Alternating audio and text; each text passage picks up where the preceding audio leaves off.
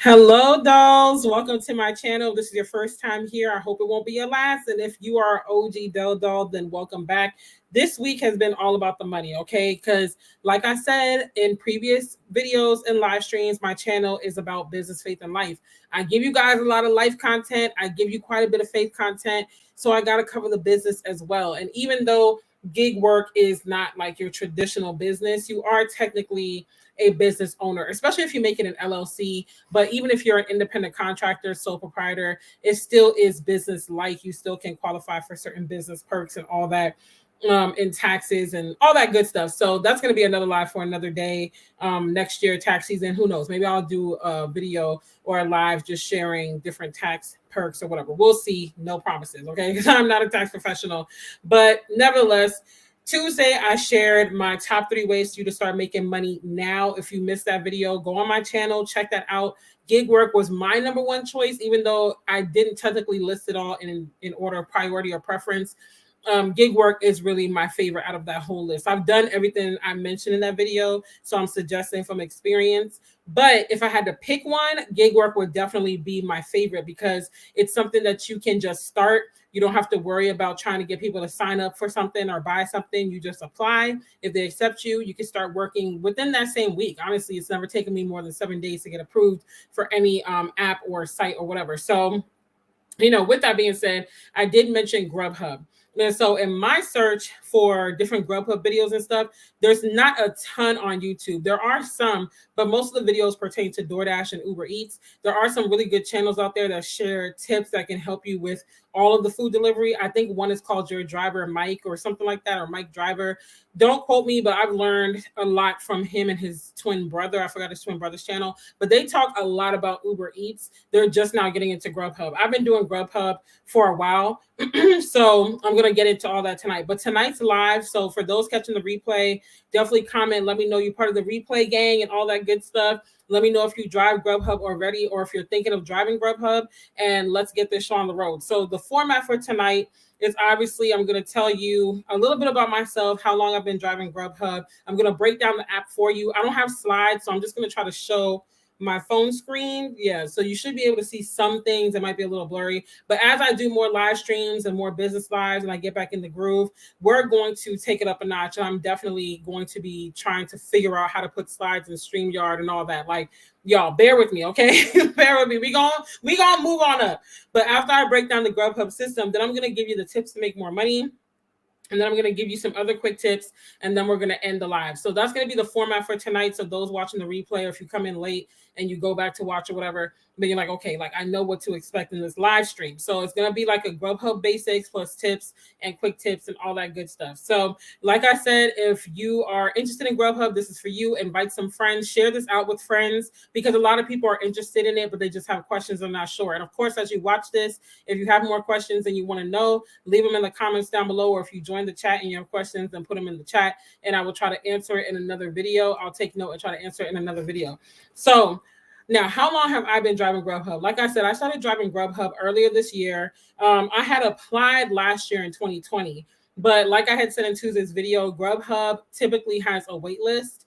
So it's not an app that you can, out of all the delivery apps, that's the app that will take a little bit of time for you to get accepted into, because they have to like wait until they open back up the wait list. And then it kind of, I guess, goes in order of priority of where you fall on the wait list and stuff. And how often your zone opens up, because, hey, Michelle, because Grubhub tries to minimize the influx of drivers. And I like that, because it makes the competition less when you are driving in the app. It's like, you're guaranteed to get some good orders because you're not fighting so many drivers on the road. Whereas with Uber, there tends to be a lot of drivers. However, the demand tends to be high as well. I'll probably try to do another live stream on Uber. But like I said, there's a lot of channels that cover it in detail. I mean, like, this is what they do full time. So I probably won't say anything different than they've already said. But if you really want to hear it from my perspective, then leave a comment and let me know if you really want to know about my Uber perspective. Because I have driven Uber since 2016, and I've driven it in DC, the Richmond, Virginia area, and now in Atlanta. So if you want to know my perspective, let me know. But I probably will share some videos. But nevertheless, I got approved to drive earlier this year. And when I first got approved, it was phenomenal. Like when I first got approved, I got orders $30 an order, $45 an order, $25 an order. Sometime around early summer, late spring, it started to decrease in pay. I don't know if they had a bonus or something that I didn't know about when I signed up, or if they were just giving a lot of incentives, because sometimes these apps pay you more as they give the customers incentives to order food, because then if the customers know they have a coupon, they're going to order more, and then on the driver end you end up kind of reaping the benefits of that. So I don't know what was going on, or maybe it was just them stimulus checks was hitting right and people were just ordering. I don't know, but it was like crazy. I can't even pull it up because I have to log into the website and I have to figure out how to do that, because the one thing with Grubhub and also Uber is that they make it kind of hard for you to log in on your computer in the driver app. Like they want you to kind of use the app to find stuff. But if you're trying to find old, weekly summary payouts and stuff, you kind of got to log in on the computer, and it can be hard to find. But I do remember when I first signed up, and one day I made almost $250. Like that's how crazy it was. I was like, dang. And I didn't even work like 11, 12 hours and nothing like that. Whereas with Uber, if I make $250, I probably worked like 10 hours, 10 to 12, depending on the day of the week, meaning I was online. I might not have been doing orders back to back, but I was online 10 to 12 hours, And so I was like, wow, this is crazy. It was paying really, really good. And then around, like I said, late spring, early summer slowed down, and I was noticing my orders were like $9, $10, this, that, the third. And I was like, So I focused more on Uber. And then I started picking back Grubhub again late summer, and I noticed it kind of went back up. I haven't had another $45 order, but I have had like $30, 25, 22, 15, 16. Like that's kind of the norm. So, needless to say, that's how long I've been doing Grubhub. Now I am going to open up the app and break down the system for you. You're still waiting on the wait list for Grubhub. Yeah, it could take a little bit of time because they're really particular about not having too many drivers at one time. So if the demand in the area goes up, they're going to open up. So what you can try to do is, like, if you sign up in a zone that like you live in, maybe try to contact them and say, like, I want to actually work in this zone, like a zone that has more demand, so you could get in the system faster. I've been stopped DoorDash, and that just was not worth the wear and tear on my car. Yeah, I actually got kicked out of DoorDash in 2020, which was random because when we first moved down here, I was still in the system. I just switched from the Richmond, Virginia area to Atlanta, and it was doing good. And in 2019, it really helped my family, especially while we were still homeless and stuff. It pretty much covered the car that I was renting at the time, and I had extra to like buy my makeup, my clothes, just kind of help out. It wasn't enough to like, go rent a home or nothing like that, but at the time it was decent. And then I stopped doing it, obviously, because of everything happening with the world and all that. And I went to sign back up when I was starting back Uber last year, and they were like, oh, we found something derogatory in your background check, and so we kicked you out the system. And I'm like, I haven't done anything. I've been in the house for months. Like, my background hasn't changed. It was weird, but I'm like, you know what? It's all good, because I already noticed that the tide was changing, and that DoorDash just isn't worth the effort a lot of time. The page is not there. And so if you're watching this and you're doing DoorDash and you're not signed up for Uber Eats or Grubhub, and you can sign up, I highly suggest you sign up. Like, those are the two best. Uber Eats bought Postmates, so you get all those orders now too. And Grubhub and something else merged. I want to say Grubhub and Seamless or something. I don't know, but one of those other food apps, they merged together too. Or maybe it was Eat24. I don't know. But either way, you get a lot of orders on those apps, and Grubhub pays well. Right. No money, Michelle. No money. Yes, hair. Okay. If it's one thing I'm going to do is change my hairstyle. And I'm going to mention something about that too at the end in my quick tips, which, I kind of noticed. It might not be across the board, but I did notice it. So let me open up the Grubhub app and show y'all, because like I said, I don't have screenshots. I don't even know how to do a slideshow in StreamYard, y'all. I'm still figuring stuff out. I feel like a grandmother when it comes to technology. I'm like, oh, how they do that? Now if this was Zoom, oh, I got you. But I'm going to figure it out. Like, in the future, we're going to have some fancy slideshows and stuff like that. So this is the Grubhub. Actually, let me back up. So hopefully y'all can see. Hopefully I don't get any weird text messages. I got the roster. Nobody see at this time. But this is the Grubhub app right here. It's going to be kind of blurry because of the lighting. And I think when I lean forward, the lighting is a little bad. But hopefully y'all can see. Yeah, StreamYard. StreamYard is definitely very helpful. Zoom, unfortunately, doesn't have YouTube capabilities. So when you open up the Grubhub app, this is what you see right here. Let me know if it's too blurry for y'all at any point. And so if you want to go online, I'm going to try to do this backwards. If you want to go online, you will press the unavailable part here. And then it will pop up, let you know, bring your driver card and all that. You will press got it. And then it will swipe to green. And now this little message pops up where it says, want to take a break. And they have little tips like, oh, we could pause it if you want to take a break, this, that, the third, whatever, whatever. So once you do that, then you will click that arrow up here to go back. And it will take you here. So you can see it will say taking offers. I'll try to stay online so you can see just kind of like the range of offers I get. And this is in my neighborhood. Obviously, I'm sitting in my house. Hey, Ebony. Okay, it's good. Hey, sis. So when you're online, you can switch your schedule if you want. So obviously they're telling you here, like pick up delivery instructions. This is basically just telling you to wear your mask, bring your bag, all that typical stuff. So you will click this menu here to get to the schedule. Click that menu. Why did it go back? Okay. And it will bring you here. So then if you want to schedule, obviously you will click where it says scheduling. And so you will see the days of the week. Now, they have different partner levels in Grubhub, which I'm going to break down in a second. But they have the partner, and then there's two more above that. I'm at the partner level, which is the bare, like the bottom level, because I don't just do Grubhub. And that's one of my tips that I'm going to talk about. I don't just do Grubhub, though, because the way, like, even though the payout per order is good, depending on the day of the week, it can be extremely slow. Let me not say extremely slow. It's not as slow as Postmates. Postmates was like, dang, is anybody ordering food? Like, you be sitting for hours waiting for one order to come through. It's just not popular. It wasn't popular on the East Coast. Postmates is more of a West Coast thing.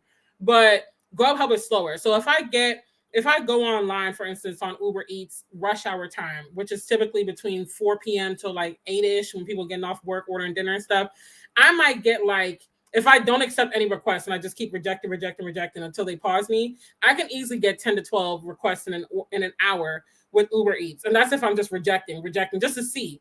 With Grubhub, I might get 5 or 6. But those 5 or 6 might equate to more than the 10 or 12 I get on Uber Eats, depending on what part of town I'm in, depending on the day of the week, depending on the demand, what's going on. Like, these are all things you got to think about when you are doing any sort of delivery, really, but particularly food delivery. But nevertheless, when you pop up this calendar here, if you're at one of the higher levels, you'll get priority scheduling. But if you want to add a block to your schedule, you would click update schedule, and then you see all these times here.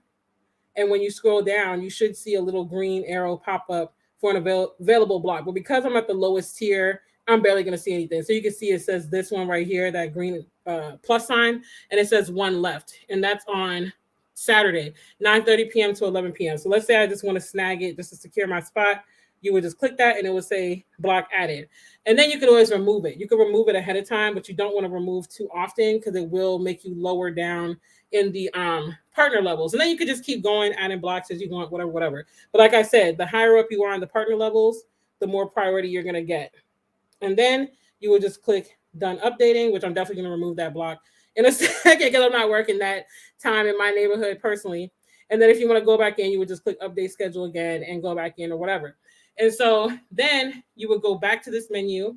And if you want to see your earnings, so I didn't do Grubhub today, so you won't see any earnings. I did Uber because I was downtown. But this is where you would see your earnings. So it will tell you up here for the week. And then down here will be it will tell you up here for the day. And down here will be what you have for the week. And so if you have anything, this will be lit up like green where you can cash out. You can cash out up to $500 a day. So as many times as you want, as long as it's less than $500 a day. I've never made 500 in one day, so I think you should be straight, unless you really are grinding. Maybe you'll meet that. But I highly doubt you'll meet 500 a day. The most I made, like I said, was 250, but I was multi-apping. And so that's going to be your earnings tab. You can scroll between the days of the week and it will show you and everything. So, you could just keep going back. I didn't work Grubhub that much this week, but I'm just putting all my business out there for y'all. So you can see this is what I, made in the days and whatnot. And then you just keep going. They also have this section here for missions, which this is a new section they added. So this is like where your bonuses will come up, and sometimes it'll pop up randomly in the middle of a shift where it's like, between 8:59 p.m. and 11:59 p.m. every order you complete, make an extra $5 or something like that. They don't have any past ones. I would have showed you, but they don't have any. So that's that. And then, of course, the program level. So let's go in here. So you've got the partner, like I said, that's the bare minimum. That's the lowest. And you can see my acceptance rate is low, because at the end of the day, for me, it's not so much about app loyalty. Some people care more about staying loyal in an app so they can qualify for all the bonuses, all the extras. For me, it's more so about how much money can I make today and which app is going to do that for me. So I don't really care if I'm at the bottom level of a partner level, because I'm a part of so many apps. It doesn't matter. As long as they don't deactivate me, I'm good. So my acceptance rate is low. If this was higher, at least 95%, I would be at Premier, which I think is the next level. My attendance rate is good though, so I be dropping off them orders. Okay, I be showing up to the restaurant. I be dropping them off when I show them or when I receive them, and my block drop rate is low because I don't drop blocks. I don't schedule blocks like that either, which I'm going to explain in a minute. But basically, it lets you know as a partner you get third access to scheduling. Sorry, I keep tilting the phone, y'all. It's weird against the screen, but it tells you get third access to scheduling and third access to catering orders, which I have yet to see a catering order. But then again, I'm a partner, so it probably will be a while before I see that. And so then you could click more about the program levels, and it'll break it down for you and all that good stuff if it will load. Yeah, so it lets you know all the different ways it works and all that good stuff. And then, pretty much after that, it's your account. I'm not going to open up, obviously my info. I don't want y'all to know my address and everything. But this is where you would see like your address, where you could change your banking, all of that good stuff. Is it showing? It's kind of weird, but yeah, you would change your banking, request a new driver card if you need to, get driver gear, view your hotspots, all that good stuff. So that's the app in a nutshell. And then you also have an inbox too, where they'll send you messages if you need it, which is up here. View messages. And it's just updates, alerts, things like that. Tax forms, all that good stuff. So no order came through yet. If an order comes through when I'm talking, I'll show you guys. I would just keep it online.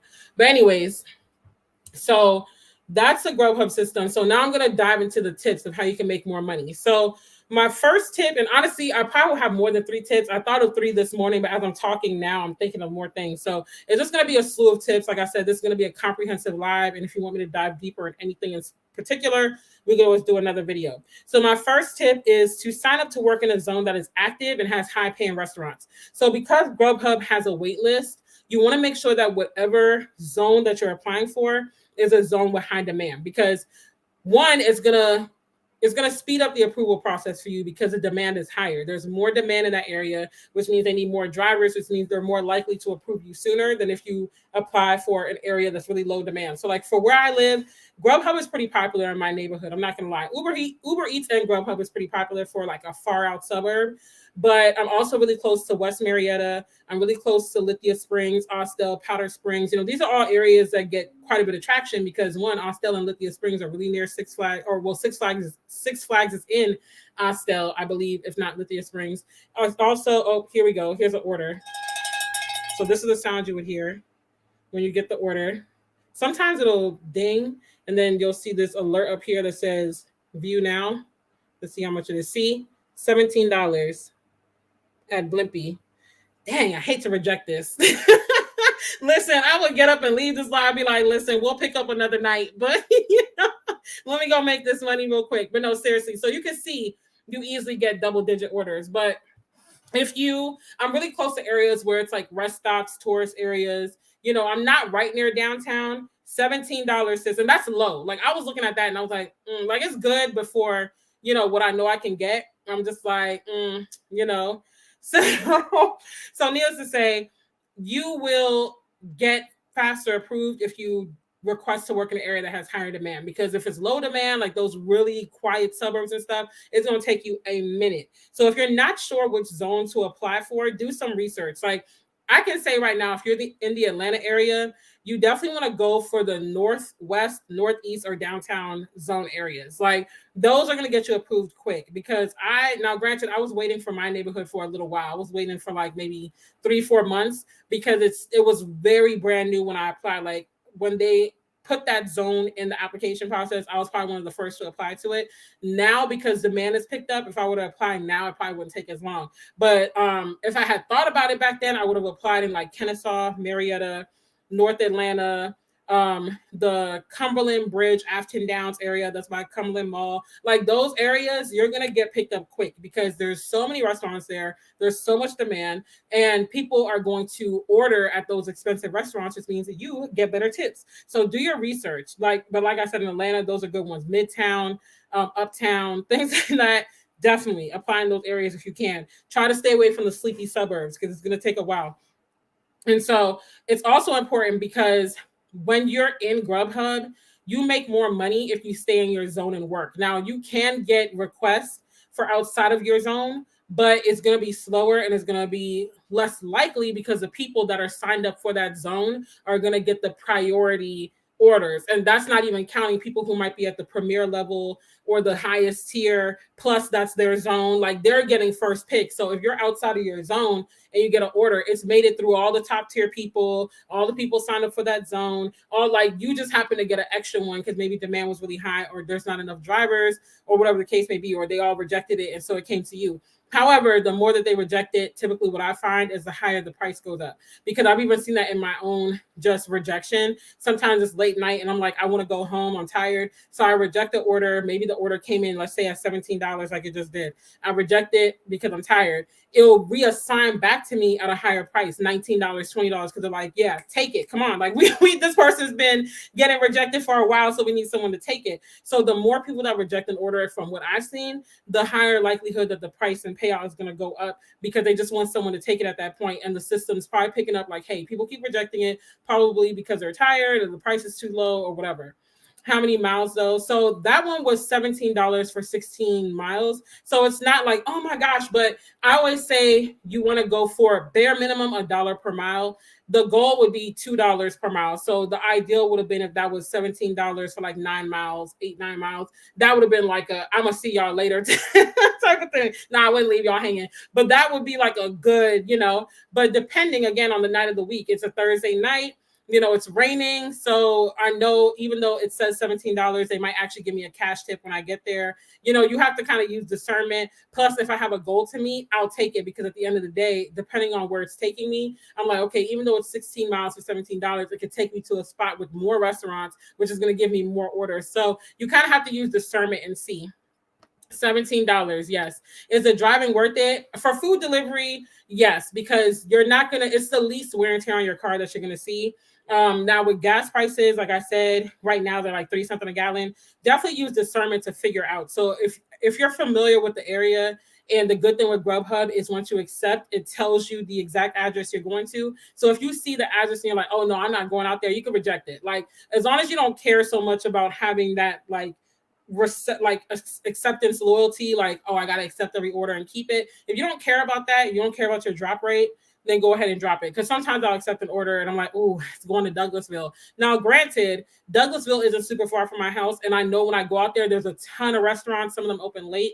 But sometimes I just don't want to be that far out because then when I get tired, then I got to come back, or it might link me with the order that's taking me to Marietta from Douglasville. And it's like, ooh, that's a drive, So it just depends. But if I really need it, I'm going to take it because it's like, hey, it's $17, $20. Like, And if you get 5 of those, 10, you got $200 right there, 100 something. And it's so easy because that $17 up front. It's not like an estimate like Uber Eats. It will say $17, but it depends on what they tip you. It might come out less, it might come out more.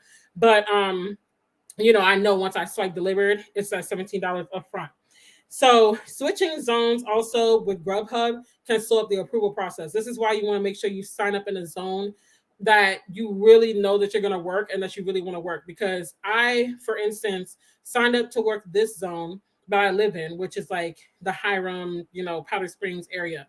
And it was taking so long because, like I said, as soon as they opened it up, I was one of the first to apply. So I was like, let me try to switch to Kennesaw. So I messaged them. I was like, hey, can I switch to the Kennesaw zone? They're like, you can, but it's going to add you to the end of the wait list. So it could take even longer. So I was like, ooh, never mind. I'll just wait, So before you put in that application, make sure you really think about it. And you're like, okay, where am I going to be at that I want to work? Maybe your neighborhood isn't the best zone, but there's a zone right near your neighborhood where you live where it's like, okay, it's not too far. I can go here and drive. It's not going to be out the way, but I know the payout it's going to be good because there's high paying restaurants there. And the thing I noticed too is even with fast food, they pay higher on Grubhub, because I might get an order from McDonald's on Uber Eats that's paying me $6-7. I'll get a similar order on Grubhub that's paying me $10-11. So, but I try to avoid fast food. I try to, until it's like late night or something, I try to accept orders from sit down restaurants, because people are going to tip better, because in their mind, it's like, if I was sitting there, I would have tipped 15, 20, 25%. So I'm going to do that same thing for the delivery driver. Plus, they're going to typically order more expensive food. The higher the cost, the higher the payout for you as a driver. Versus if someone's ordering from McDonald's, Burger King, Taco Bell, they're not going to slap a $20 tip or a $15 tip on that, because they're probably ordering a $5 crunch box and they're going to give you like a $2 tip, So it's just like, and they're probably definitely not giving you a tip in person unless it's a late night and they see you had a long wait, then they'll do that. But I try to avoid that unless it's late night and the sit down restaurants are closed. So the only exception I would say, as far as making money in your zone or outside of your zone, is if it's a holiday. So this weekend with Halloween, if you are in a gig app, I want to see you on the road. Okay, like no excuses. I don't care if you're going to a Halloween party, whatever. You better get your coins before you go party. Work before play, okay? Because we ain't got the time. Like, we got goals, okay? A lot of us out here are entrepreneurs. We got things to do. We got children, all right? So you need to be out there grinding and getting your coins before you have your fun, point blank period, because you don't want to miss the holidays. First of all, this time of year, you need to be grinding as much as you can.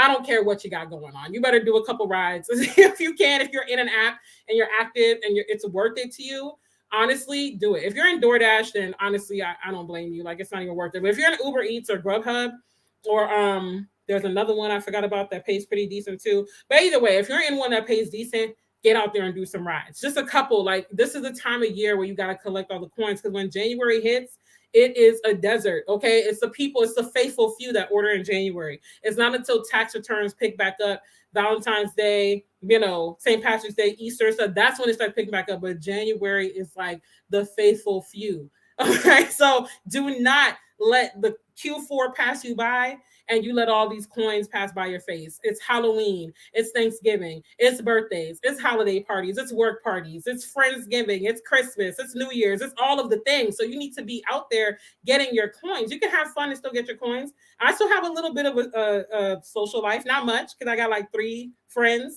down here, but I go out, I go to lunch, I do things, and I treat myself to spa days and whatnot, but I always work, because at the end of the day, I don't like being broke. It's just not cute. Not when I have money in my hand. I'm literally holding money. I'm holding $150 a day, like, minimum. It makes sense. So, holiday weekends, go out and work. It doesn't matter if you're outside your zone or not in Grubhub. You're more than likely going to get requests because it's so busy. Like, if you don't like downtown, because I'm not going to lie, I'm not much of a downtown driver. People be all on your behind when you're driving. You can't think straight. The streets are hard to read. Downtown, I'll work downtown if I end up there, because I'm not going to waste gas to drive out of the zone. I'm just going to stay there. So today I worked primarily in Buckhead in Midtown.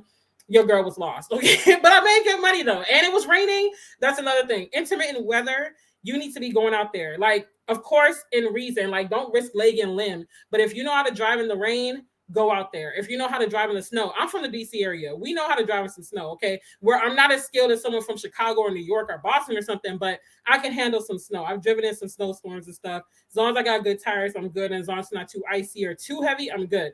But I know when enough is enough. But however, if I see those clouds start getting gray and I see the forecast says rain, guess who's getting dressed and going to work? Me. Because a lot of drivers don't want to work when it's raining or intermittent weather. So that's less competition for you. People definitely don't want to go out and get their own food. So that means that they're going to be ordering off the chain, and they're going to tip better, because in their minds they're like, wow, this sweet soul came out in the rain, in the thunderstorm, risking the elements to bring me my dinner. Let me give them a $20 tip. Let me give them $10 in the app and $5 in person, something. And it's just going to be racking up. Like, I didn't even work that hard today and I made $150. Like, I did a couple orders, and every order that came, and I only did Uber Eats, and every order that came in was like $15, $20, $21. My last order was $12 for 6 miles, which is amazing. Again, that's just about $2 a mile. And it was at Subway, a drive-through Subway at that. So I literally pulled up, went in the drive-through, reached my hand out, grabbed the sub, drove up the street, dropped the sub on the doorstep, and I was on my way. And it was on route to my house. So it's like you can't beat it. That's another tip. Go out there in the bad weather within your limits and make sure your car is good enough to handle it as well. Let me see some of these comments before I go to tip number 2. I want to see you on the road. Right. I want to see you on the road. If you see me, be like, hey, sis, how you doing? Shoot. And it's good to have friends on the road so you can keep track of each other's safety, where you're at and stuff. And it's just good. It keeps you awake and all that. How do you track mileage, and how does your insurance play, taxes, etc.? So for mileage, there's different apps on your phone. Actually, I have an app on my phone. Let me see if I can find it really quick, because I have a million apps on my phone. So I might not find it right now, but the one that I have, Steady. Is it Steady? No, it's not Steady. It's something else. Everlance. So I use Everlance. As you can, actually, let me show you the logo. It's this green arrow. Wait, right there. So Everlance is a good one. And there's a couple others. You can literally in the Google Play Store, because I have Android, or the Apple Store, you can put in like track mileage apps or something like that, and it'll come up with different ones. Now for taxes, because I rented a car, like y'all, I bought a car this year, got in a wreck in August. So hopefully by my birthday, definitely before the end of the year, I buy another car. But for mileage, for me with taxes, that's basically all I could claim is mileage, what I paid to rent, and gasoline and food. So I just go by the average. So for food, I claim basically whatever I buy while I'm actively working, like actually on online. For mileage, I look at what they give me in the 1099, but I also look in the app and calculate, because you want to calculate those to and fro. Like what they give you in the 1099 is when you're actually on an order, but you want to calculate that to and fro. And then like if you own your car payments, you could claim that, your maintenance. And when you open up, so I do my taxes on online taxes, olt.com. I think it's called onlinetaxes.com. And so they give you like the rates and the standards. And I just kind of go off of that and I claim that. And that helps a ton. I also claim any extra stuff I might buy. So I know people, they really jazz up their car. They put snacks, they put the signage, they have, these different like apps and things you could use. You can claim all of that. So I would just keep track of everything that you spend. If you want to actually create a spreadsheet, you could. Honestly, for me, I just print my bank statements at the end of the year and I just highlight. I do it old school. I probably could be more efficient, but I just do it old school. It takes me like 2 days to do my taxes because I got it down pat now. And then I just do it that way. If I feel like something is a little too much, because y'all, sometimes I'll be realizing how much I eat, and I'm like, ooh, I'm not gonna claim all of that, because I don't want anything to come up where it's like, really, you gonna claim all of this? It's like, listen, I be eating good. I be treating myself because I work so hard. It's like the food is like my reward. So I might skim a little off and be like, okay, let me not like claim everything. It just depends on what I think might be flagged, because I don't want them to be like, okay, you're doing too much. I hate downtown driving. Me too. It's hectic. Every time I end up in Buckhead, I'm like, why did I stay here? But then the pay be so good, because it was an extra $150 per order today. Plus it was in a boost zone. So that I'm gonna have to break. Yeah, I'm gonna have to do another Uber live, because there's so much about Uber that I gotta break down. But in the meantime, you can check out that driver mic guide, like I said. So tip number 2. Oh, all of the street parking and off. Yeah, it's too much. It's too much. Late to the live. I'm sorry you already answered it. No, it's okay. It is okay. Like, I appreciate the questions. And welcome back to the live. I haven't seen you in a minute. I hope you're doing well. The parking decks get on my... Oh my God. I am so creeped out by parking decks and long hallways in apartments. I prefer garden style apartments. Downtown, that's another thing I don't like about Buckhead. Those high rises where you gotta walk down all those windy hallways and stuff.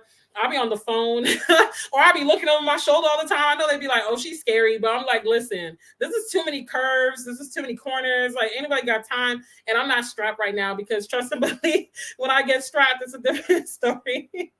The sweet soul, I'm telling you, try Uber Eats. Like, all y'all, I put the link in my last video in the pinned comment. You could sign up, and if you complete a certain amount of rides, you get a bonus. So of course I would get a bonus too. I got to put that disclaimer, but you would get a bonus as well. And I've had people that actually got the bonus. So, it's worth it. I love Uber. I love Uber Eats. I don't even do passenger Eats is enough for me. I have the app and I'm able to start. I just haven't tried. Yeah, like whenever you get a chance, try. It helps for me because my mom and sister watch my son, so I'm able to really go grind. But I can understand in your situation it might be harder. But whenever you get the chance to, just try it because it's hard with kids. Like even if Christian's in the car with me, I always have my mom or sister with me so they can keep him contained. Because he be trying to eat people's food, y'all. He just be a mess. You're welcome, FJ. He just be a whole hot mess. So I'm like, see, this is why I can't bring you because people gonna have missing nuggets and chicken fingers and stuff. And I'll be like, I swear it was my son, it wasn't me. But either way. So tip number 2 is stay near a hotspot within your zone. So, oh wait, I don't think I showed y'all the hotspots. Let me see if I can get back in and show the hotspots.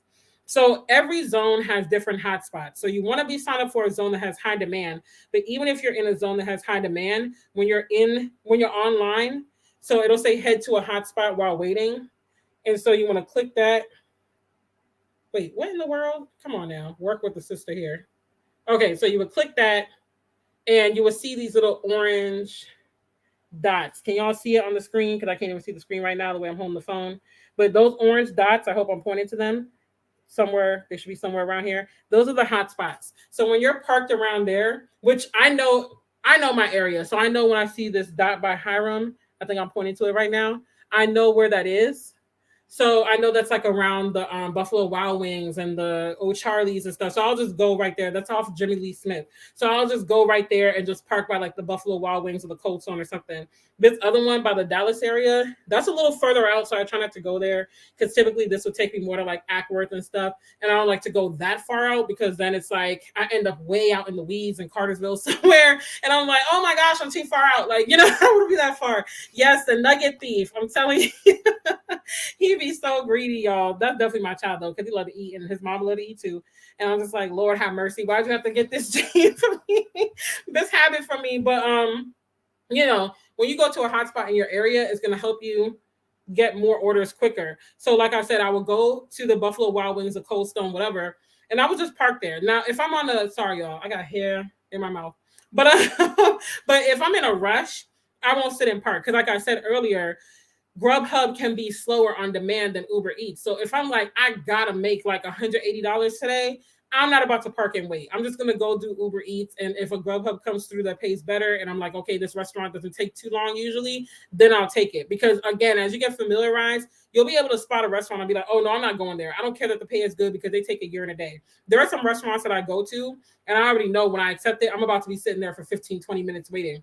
So I don't accept it unless the payout is phenomenal. Like if I know that I'm going to have to drive to the restaurant, wait 15 to 20 minutes, then drive to the person's place, let's say another 10 to 15 minutes, maybe 10 to 20 minutes, that payout's got to be at least $25 because then it works out to be about $25 an hour. It's not too bad, especially during the week. Now on the weekends, I would say during the week, my average per hour is like $20 to $25 an hour. On the weekends, my average per hour is like $25 to $35 an hour.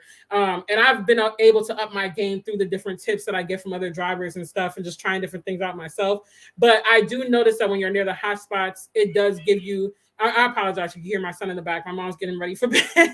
He always trying to make an appearance. He ain't slick, but I noticed the pay is better because it's just like in that area, there's more demand and there's more high paying orders and stuff like that. But sometimes it's hit or miss. Sometimes when I'm parked there, I'm like, dang, I haven't gotten the order. I'm waiting for like 10, 15 minutes. Then I find myself driving away from the hot spot and then like a really high order will come in. And I'm just like, what in the world? So sometimes you might have to play around with it. But I think in general, when I'm near a hot spot, especially at prime time, like rush hour, dinner time, lunchtime, those tend to be good. Now, downtown, it doesn't really matter whether you're near a hotspot or not, because any inner city, the demand is going to be higher because you've got people working there, living there, playing there. The density of the population is higher, so the request and the demand is going to be higher. So downtown, you could kind of bend these rules no matter what the inner city is, unless your downtown is really small. Like downtown Richmond is still pretty country, like Richmond, Virginia is still pretty country. So it's not going to be the same as like downtown DC or downtown Atlanta. Like, if you live in a small downtown, that's different. But if you live in any major city, Atlanta, DC, New York, Miami, downtown, you could kind of bend the rules a little bit because it's just going to be so many orders you could get by, but being parked near one will help you. So that's tip number 2. Tip number 3 is have a minimum threshold that you will accept orders for. So for me, for Uber Eats, because I know generally their payout tends to be lower, I don't care how desperate I am. I could be on the brink of like, I'm about to just, do something strange for some change. I never accept anything less than $8. Never, ever, ever. Okay. If I do, it's because it's the last order for the night and I'm right at the cusp of my goal. So if I know I need to make 160 for that night, I'm at 155 and I'm like, dang, this $6 order came in and it's like 5 miles. Screw it. I'm gonna take it because it's gonna help me reach my goal. So be wise. Like, don't turn down something if you're really right there and that order is gonna get you there. Just take it. Like, it's not gonna harm you. Like, it's okay. But if it's gonna like slow you up in the beginning of your shift, especially when you get out early, don't ever take anything below your threshold. Don't do it. Like at the beginning of your shift on the weekends, reject, reject, reject. Okay, because you still got the night ahead of you or the day ahead of you whenever you choose to work. The weekends are always busy. So a $5 order is an insult on the weekends. We know you got money, sir or ma'am. You can tip. All right. So I'm not delivering your food for no $5 on a Saturday. You got me all the way messed up. All right. On the weekends, my threshold is even higher. I don't accept anything below double digits on the weekends. Friday, and that's Friday night to Sunday night for me. $10 and up, period. If you're not if you're not tipping, guess who's not eating? The only way I would accept something less than $10 on the weekend is if it's added on. So what you'll see, you don't really see this so much in Grubhub. You kind of see it, but it's very common in Uber where you would accept an order and then another order will come in and say in Grubhub, it'll say add to the queue. So I might have accepted an order for, let's say, $13 and 8 miles. And I'm like, okay, bet we're going to take it. It's cool. And then another order comes in for the same restaurant or one near it. And it's like $7 for 3 miles. And it'll say add, accept and add to the queue. I'll add that on because it's like, it's on a route. So typically when they say add something to the queue, very rarely are you going to go out of your way. Typically that means it's the same restaurant, 2 orders to the same restaurant, and you're dropping it off in the same direction, same neighborhood, whatever. Or it's like the restaurants are right near each other and the drop off locations are right near each other. So it's worth it because you're upping your payout for that time period. So instead of making $13 or whatever I just said for 40 minutes, now you're making $20 for 40 minutes because you added in that $7 something change order. So have a minimum threshold because it's going to keep you level headed. I know the thirst be real when you get out there and you're like, ooh, $7, like you just want to make that money, but hold out. Okay. Hold on. Don't do it. Like Sounds of Blackness said, hold on, change is coming. Like, don't do it. Reject it. And I'm telling you, something better will come through. Because when you accept those little orders too, I swear you're teaching the system to keep sending you little orders. Because when I was a newbie in this game, because I started doing food delivery 2019. I was accepting everything. I was like, oh, bring them all. I'll take everything. And once I learned, I'm like, what am I doing? Like, I was in different Facebook groups and stuff. They're like, yeah, never take orders like this. And I'm like, ooh, I'll be taking all them orders. So then I started switching it up and I started rejecting.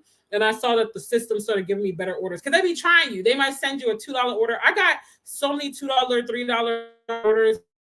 And I stayed online because I'm like, if I get one more good one and the time frame isn't too long, I'll do it and then come home and do the live. But it was like $2, $3, $4. And I was like, oh, nah, reject, reject, reject. Because no, like if you keep taking it, the system is going to like be like, okay, this driver's taking it. So it's going to keep sending it to you. But if you reject, then those higher orders are going to come to you because it's like, nope, reject. Then a higher order is going to come to you. But the more you do it, the better your discernment's going to go and the better your wisdom is going to go. Because I can look and know based on the day of the week, like, okay, we go. It's almost like gambling in a way. For real though, it's like, should I take this order? Okay, we're gonna reject it. Boom, reject. A better order comes in, or I'm like, dang, I should have rejected it. You learn, you live it, you learn, but you'll know. So like Tuesday nights across the board, I don't care if it's Grubhub, Uber Eats, Doordash. Tuesday nights are always the slowest nights of the week. I don't know why, but my theory is that Mondays, people tend to order more than Tuesdays because they're coming out the weekend. They might have had a little bit too much of a turn up at the Sunday brunch with bottomless mimosas or whatever, or Sunday night football now that we're in football season. So they order lunch, dinner, whatever Monday night. But come Tuesday, they've had time to gather themselves on Monday and meal prep or, just get a little TV dinner for lunch or dinner, whatever, and call it a day. Then Wednesday, it starts to pick back up because now people are looking forward to the weekend. It's hump day. It's hit or miss. So like, okay, I kind of want to order some food. And I see a lot of like kids now coming home from soccer practice or just different sports and varsity teams and whatnot. So the parents are like, I'm gonna order dinner. I'm not going home to cook after that game, after dealing with all these children running around yelling or whatever. Thursday night starts to pick up because I know in the DC area, a lot of people didn't work on Fridays because they did either 410, so they work 4 days a week, 10 hours, 4 days a week, 10 hours a day, or they did the schedule that we call 549, where every other Friday or every other Monday you were off, which were the typical days off. It could be any day of the week, but those were the typical days off. And so, they're like, well, I'm gonna order Thursday because I'm gonna kick back. I might clean the house, whatever, get ready for the weekend. Friday night, people turning up. They don't want to cook. You're going to your friend's house, you going to the club, you pre-gaming, whatever. You're gonna order food. Saturday, you're chilling. Like you're probably not gonna go out. You typically would, maybe if the weather's better, but you're not gonna go out. It's colder now. It's raining. Depending on where you live, it's snowing. So I'm gonna order food. I'm chilling with my friends. Sunday night, you're back to football, and also Thursday night football too. You have Thursday night football. I forgot about that. So that's another reason why people might order. And Sunday night, you got football as well. People come home from church, they don't feel like cooking. It's just, you got to kind of know, and that's my next tip, and I'm going to just go ahead and say it now and then get back to it. You got to pay attention to human behaviors, and you got to use your common sense of the human brain and pay attention to what's going on around you. This time of year, like I said, what is it? We're in the holiday season. Halloween's coming up on, when is Halloween? Sunday. So Saturday, what are people going to be doing? In their costumes, going to their friends' home for Halloween parties or the club. What are they not going to be doing? Cooking dinner. So that's where you come in. That's where you deliver. It's going to be higher pay because it's a holiday. The systems are going to charge the customers more so they could pay the drivers more because we're going out at an influx on a holiday, a special occasion, And if it's raining on Saturday, oh, y'all, I'm about to be swimming in the money. I'm telling you right now, if it rains on Saturday and it is Halloween weekend, your girl is going to be balling, okay? Like, don't let it be inclement weather and a holiday. Listen, every order is about to be phenomenal. So everybody can win. Everybody can eat, okay? Because there's not going to be enough to go around. I'm telling you right now, Saturday is going to be a day I'm rejecting a lot of orders. And somebody got to pick them up, okay? So if you deliver food, you want to be out. It's going to be a day where those of us who be on these streets faithfully, we can't do it all. Like, there's going to have to be more people, so it's like you're going to get paid more. And if you work off times, not only high demand times but off time. So the weekends, I like to work into the night because people don't wake up early to order breakfast and stuff just like that. If you like to work early during the week, it's better because people are ordering for breakfast and things like that. So if you want to work early, get out by like 7 a.m., work from 7 to 9 or 7 to 10, go offline, go back home, run errands, do whatever you got to do. This is if you do it full time, or go to work if you go to work. And then if you want to, in rush hour, dinner time, then work again. If not, another great time to work is into the night. Work 6 p.m. to 2 a.m. or 7 p.m. to 2 a.m. or whatever, 5 to 1 a.m., whatever. But those times are good because after about 9:30, most drivers go home. So if you have the capacity to work late, stay out and work because the system charges the customer more too because it's late night and there's less drivers on the road. So that means they got to try to coerce those of us on the road to go pick up the order. Most restaurants have less of a rush. The only time I see a rush is if I'm by Truist Park in Marietta, which is the baseball field here. They've been having a lot of events lately and a lot of games and stuff. So like the McDonald's on Windy Hill Road and all that. If you're in Atlanta, you know what I'm talking about. Those be packed. Like after a certain time, those be packed. But that McDonald's opens 24 hours. So it's good to stay around if you're going to work that overnight shift. Working early into the morning, you get paid more. And the tips are better because, again, people are like, wow, like this person brought my food at like 1 a.m. Bless their heart, So you definitely want to make sure that you're picking that and you're paying attention to those human behaviors. Like I said, look at the football schedule. Look at when the games start. Go to restaurants that serve pizza, wings, breadsticks. What do people eat when they watch the game? Like think about this. Like really think about human behaviors because you're serving humans.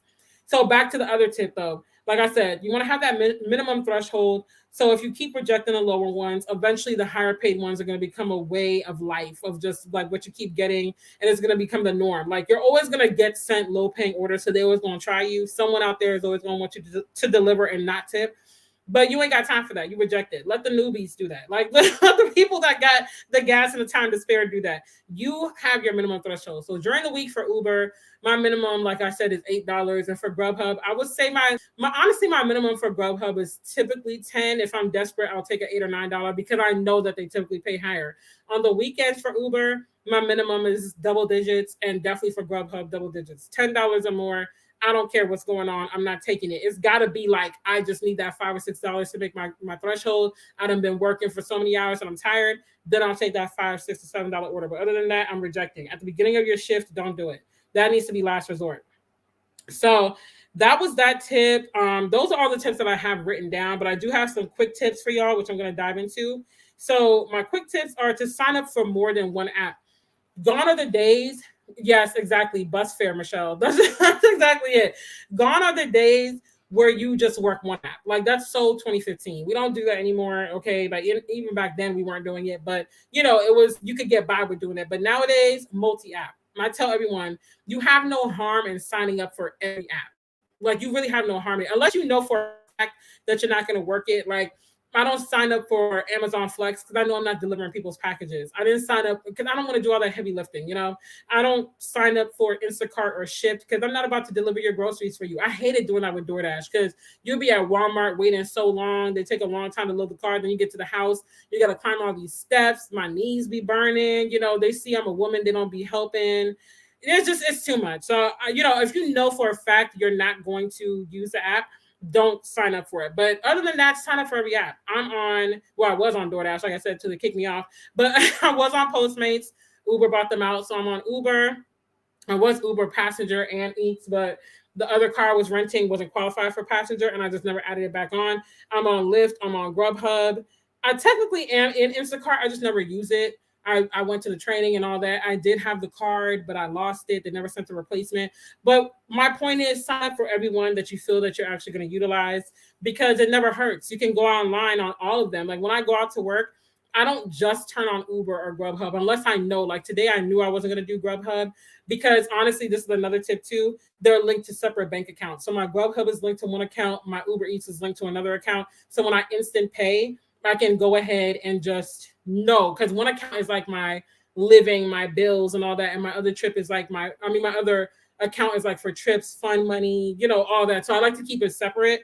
And that makes it easy too. So if I know that I need to put money in a particular account, then I'll just work the app. And for today, I needed the money to go in my account that's linked to my Uber. So I was like, I'm just going to work Uber because if I work Grubhub, it's going to distract me and I need to get a certain amount in my Uber, so that helps too. But having separate accounts, linking to separate accounts helps with your money management. At least for me, I just prefer to keep it separate, but honestly, you could do you. But yeah, go online with both. If it's a day where I don't need the money in a certain account, I'll go online with both. And like I said, I don't really care so much about my rejection rate or my drop rate.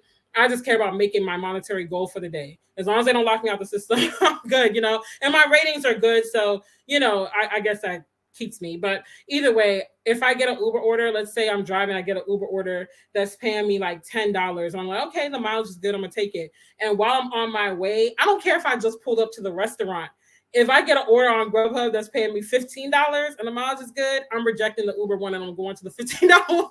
Like, I don't care. I'll be like excessive wait time or, food wasn't ready or something. I'll reject it because I'm like, if I'm going to get $15 for the same time, why would I go ahead and do this $10 order when I could drive maybe an extra 5-7 minutes, go get the $15 order and drop it off and make more money in the same amount of time? So if you're like me and you don't care about the drop rate, then I would say do that. Now, if you're trying to keep your drop rate out or keep your drop rate down, then don't do that. Just, try to hold out and try to wait until you get a good order. But if you accept it, then just follow through and just go offline when you accept that order. But if you're like me, as long as I don't have the food, I'm like, reject. I'm on to the next one, the higher paying one. So that's why you multi-app. That's why a lot of people multi-app because it lets you get the most bang for your buck within that time frame versus being locked into one app. Hey, Nate, I don't think you've ever joined me in a live. Drop your referral app. Yeah, I'm going to put it in the description box because I have to do it on my phone. But yeah, I'm definitely going to do that for sure. And I put that on my last video. Have you tried GoPuff? I haven't. They're in Atlanta, but I haven't tried it because honestly, you have to be downtown. And like I said, I hate downtown driving. But I think the way GoPuff works, based on what I saw on the application and the website, is that it's like a warehouse. So it's like how Amazon has a warehouse, and when you're doing Amazon Flex, you go to the warehouse and pick up the stuff and then drop it off. With GoPuff, people place the snack orders, and then you go into a warehouse that's, I guess, kind of like their own grocery store or convenience store, and you pick up the snacks, and then you go drop it off. So I know when I was in Virginia, Postmates used to do a lot of pickups at Wawa, which Wawa is a gas station in case where you live, they don't have that. But they used to do a lot of snack pickups at Wawa, at Sheets, and at 7-Eleven, which I hate there's no 7-Eleven in Atlanta. But what is it? But yeah, so I used to go there, and it was just like you were going to the gas station to get your snacks yourself, but you would just go to the cashier and say you're with Postmates or whatever, and then you would just go pick up the snacks, just so they make sure you're not stealing, because you don't want to just walk in there, pick up some M&Ms and a Haagen-Dazs and walk out, because then they're like, whoa, what are you doing? But I'll just go let them know, like, hey, I'm with Postmates. They'll be like, okay, cool, here's a bag. You go get it, and that's it. The only place I've been to pick up snacks here is like Chevron gas stations. They have this virtual restaurant, which is something else you'll see in Uber and Grubhub. It'll say virtual restaurant. And what that means is that it's a online kind of like concept. So, you know, I would pull up to the Chevron and it will say it's a specific name, but it's when you're picking up ice cream, when people order like Ben and Jerry's or those personal Haagen-Dazs and stuff from the gas station. It's a certain name of this virtual restaurant, but let's just say it's XYZ Shop. So XYZ Shop will pull up and or pop up and you accept it. And when you pull up, you're like, why am I at a gas station? It's because the gas station has that virtual restaurant. Another example is like Ruby Tuesdays. They have like 3 or 4 virtual restaurants. So they have one that's like Hootie's is Hooters. Hootie's Bait and Tackle is Hooters. So that's their virtual concept for their seafood and stuff. But Ruby Tuesdays, it's Pasta Americana and like 2 or 3 others. I'm forgetting their name. But when it pops up, you're going to be like, where's Pasta Americana? It's in Ruby Tuesdays. It's just, they do these virtual concepts. And honestly, downtown Atlanta, this is the only place I've seen this particular thing. Downtown Atlanta has these places that look like warehouses. Like literally when you pull up, you're like, why am I in like an abandoned looking warehouse? But when you go in it, it's like a little restaurant, little sweet kitchen thing. And it's a gourmet kitchen or like a commercial kitchen in the back. And it's like 20 different virtual restaurants. So you pull it up on a kiosk. When you go there, you pull it up, you check in, you click the restaurant.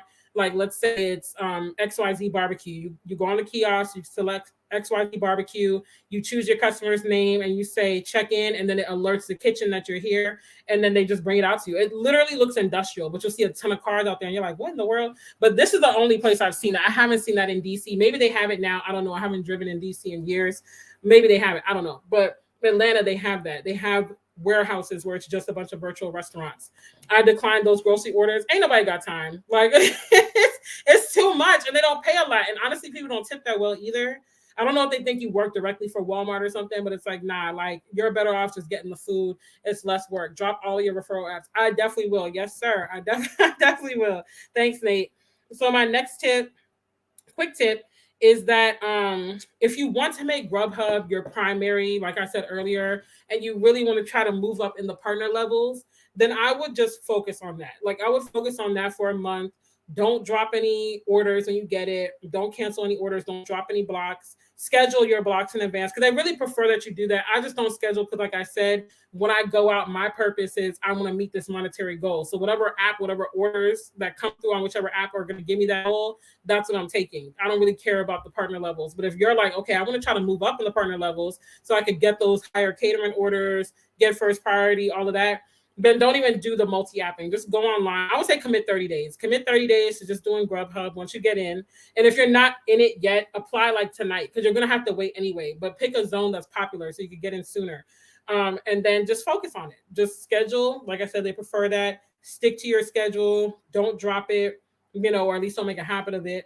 And get out a little bit before your schedule so you can even kind of like, I guess, be the first in the atmosphere or whatever for the pairing. But I would just focus on that. So those are my tips for Grubhub. I hope that these help. Like I said, Grubhub pays really well. As far as payout, I do really like Grubhub. I just wish that it was like faster, because what I do notice too is that when I go to pick up orders from the different apps, Uber's typically faster. Like when I pull up to a restaurant, I'm like, oh, with Uber Eats, typically the order's already ready, or they're like bagging it up as I get there, unless it's really hectic.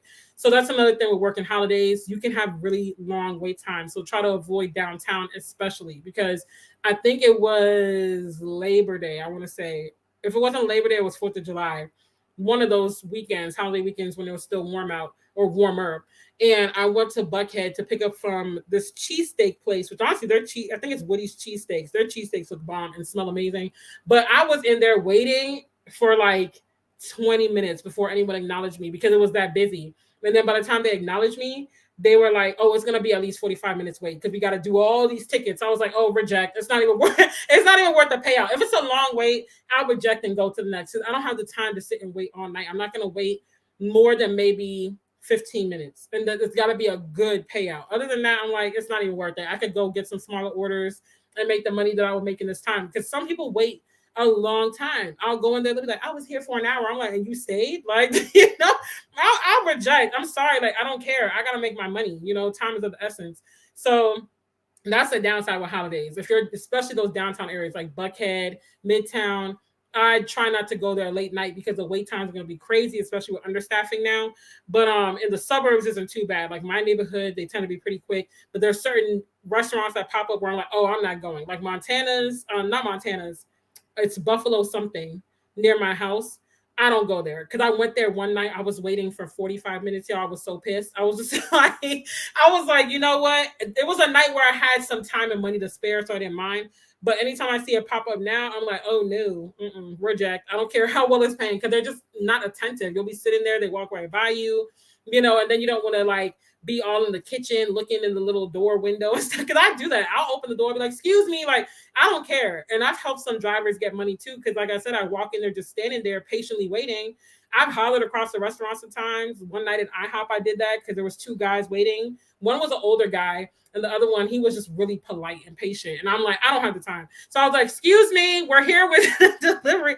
Like the people at the table were like, I was like, hey, I mean, you see us standing in the lobby, but you're not answering. So it's either we can do this the easy way or the hard way. Either I'm going to go behind this kiosk and get the order myself, or you can send somebody from the back and help me out. Because when I pick it up, then you're mad. You're like, oh, we got to check it. But come on, time is of the essence. So, just be wary of when you work on holidays because the wait times can be crazy. Try to stay away from downtown. The cops be out. There's just a lot going on. So if that's not your steez, stay in the suburbs. And honestly, the suburbs pay pretty well too, especially where people got money. They tip well. I'm telling you, I've gotten like $20, $30 tips, $50 tips. So it's worth it. What's the difference between DoorDash and Grubhub and Uber Eats as far as pay, quality, and selections? So I haven't done DoorDash since 2019, but when I did it, I was in the Richmond area. It was decent in that area where I lived, but there were a lot of like executives of big companies where I lived and stuff. So I think that made a difference. If I was more downtown Richmond, I don't think it would have been as good because it was just kind of like,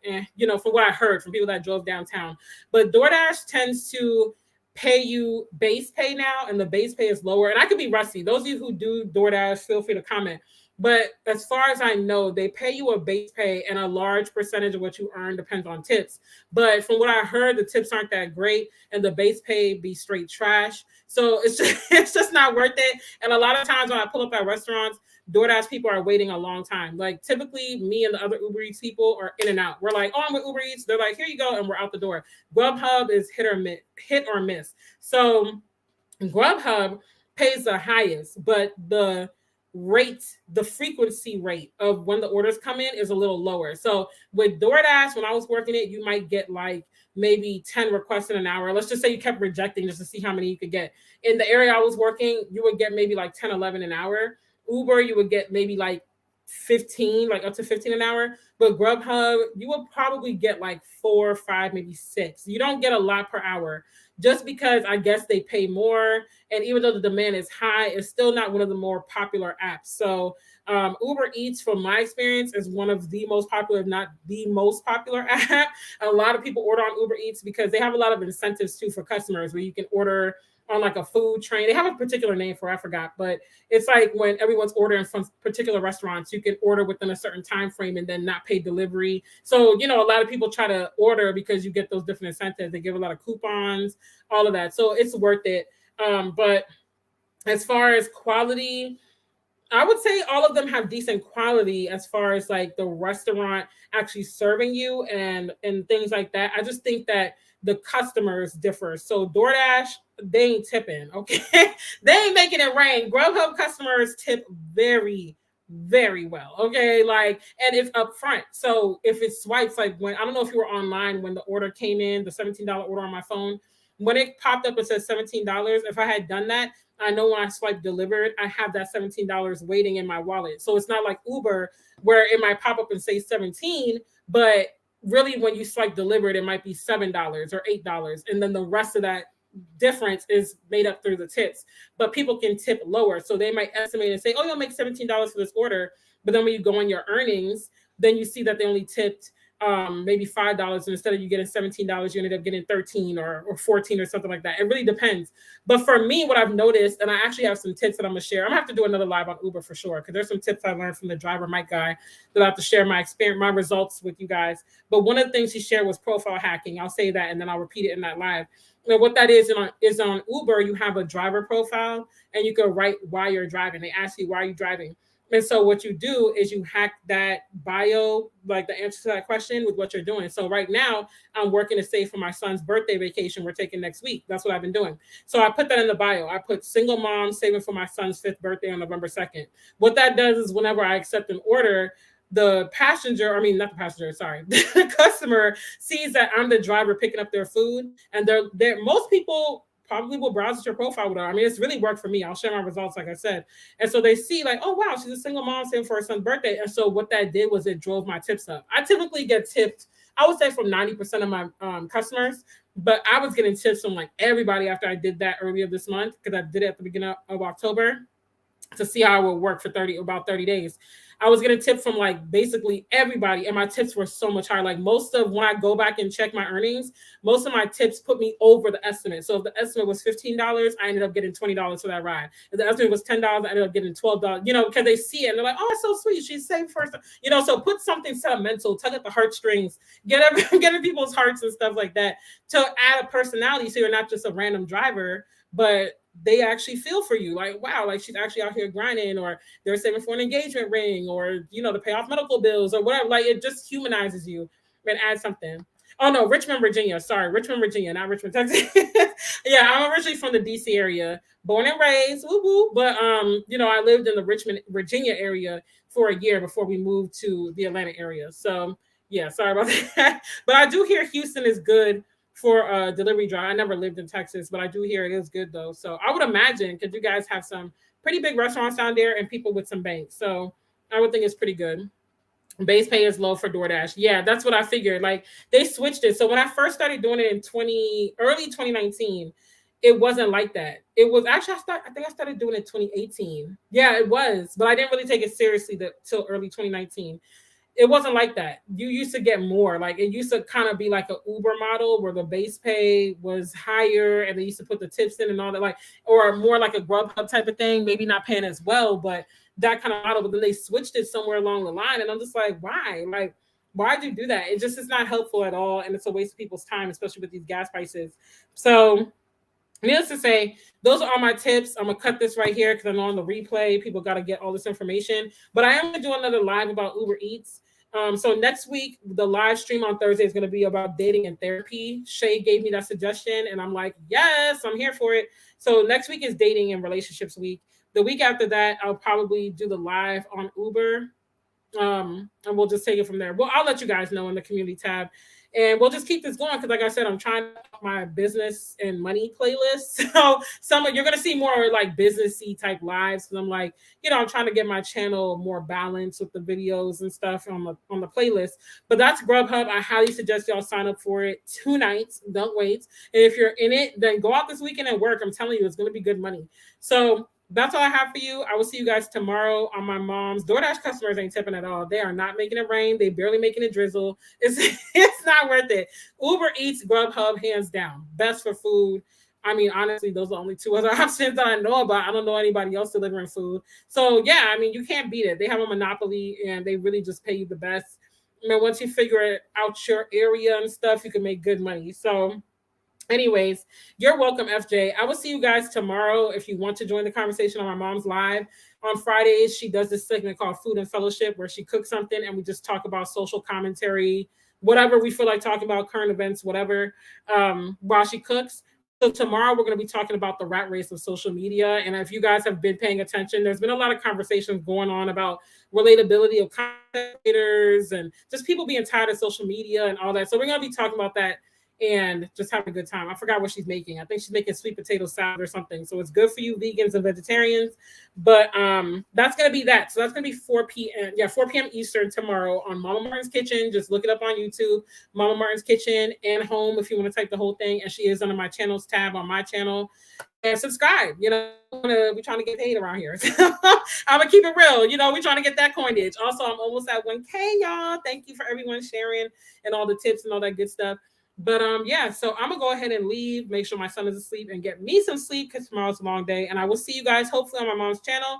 And if not, I would definitely see you next Monday. Excuse me, for morning motivate. Wait, no, you won't see me next Monday. I'm gonna be traveling, so y'all will probably see me Monday night. I'm gonna hit y'all up when we make it to the beach house. But yeah, I'll see you Monday night. Let's just say Monday night. And have a good weekend. Stay safe, y'all. Bye.